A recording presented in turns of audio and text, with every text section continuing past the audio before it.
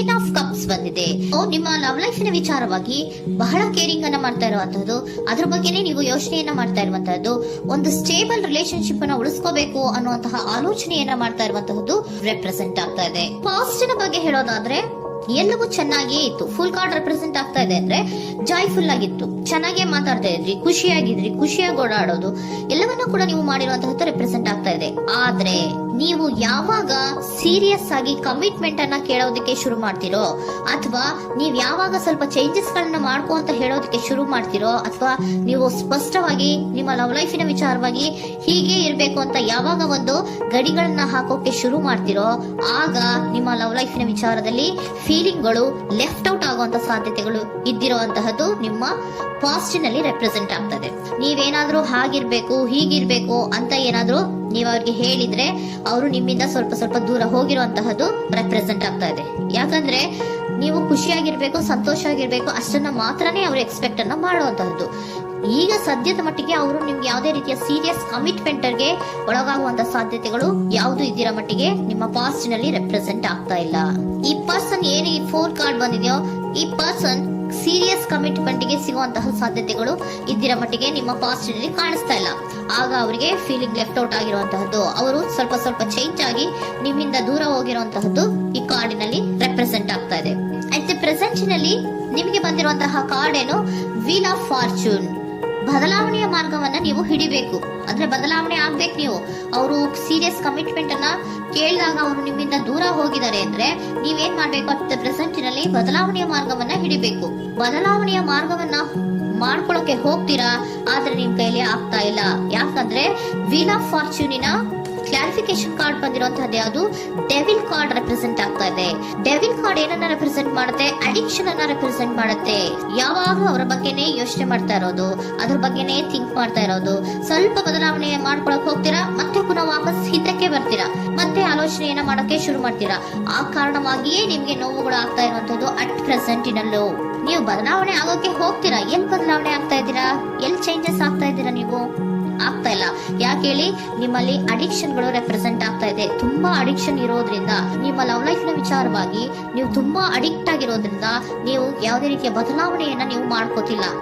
ನಿಮ್ಮ love life ನ ವಿಚಾರವಾಗಿ ನೀವು ಬದಲಾವಣೆಯನ್ನೇ ಮಾಡ್ಕೋತಾ ಇಲ್ಲ. ಅವ್ರು ಕಮಿಟ್ಮೆಂಟ್ ಕೊಟ್ಟಿಲ್ಲ, ಅವ್ರು ಹೋದ್ರು ಅಂದ್ಮೇಲೆ ನೀವು ಮುಂದೆ ಬರ್ಬೇಕು, ನಿಮ್ಮ ಜೀವನದಲ್ಲಿ ನೀವು ಮುಂದೆ ಬರ್ಬೇಕು. ಸೊ ನೀವು ಮುಂದೆ ಬರಕ್ ಹೋಗ್ತೀರಾ, ಆದ್ರೆ ಅಲ್ಲೇ ಸ್ಟ್ರಕ್ ಆಗ್ತಾ ಇರುವಂತಹದ್ದು ರೆಪ್ರೆಸೆಂಟ್ ಆಗ್ತಾ ಇದೆ.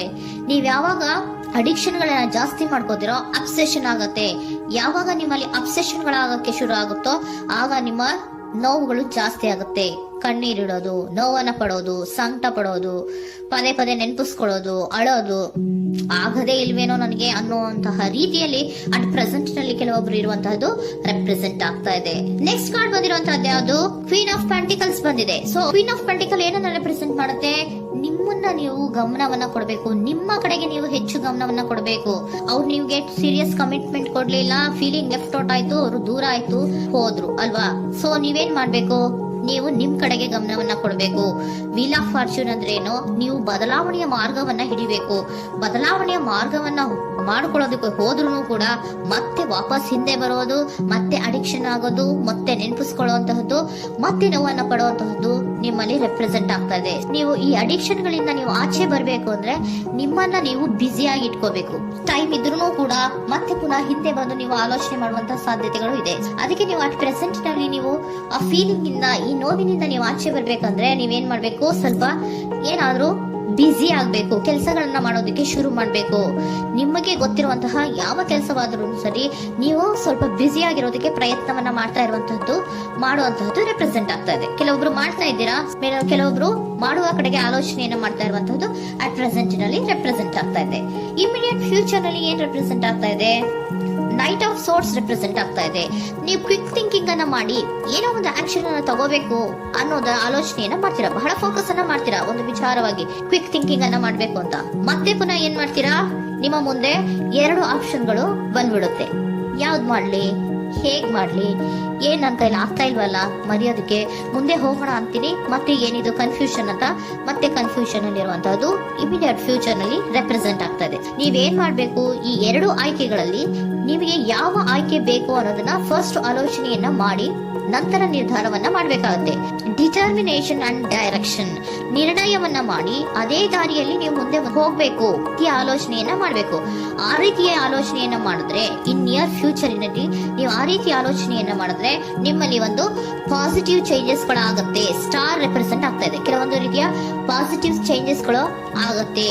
ನಿಮ್ಗೆ ಏಂಜಲ್ ಗೈಡೆನ್ಸ್ ಏನ್ ಕೊಡ್ತಾರೆ ಅನ್ನೋದನ್ನ ನೋಡೋಣ.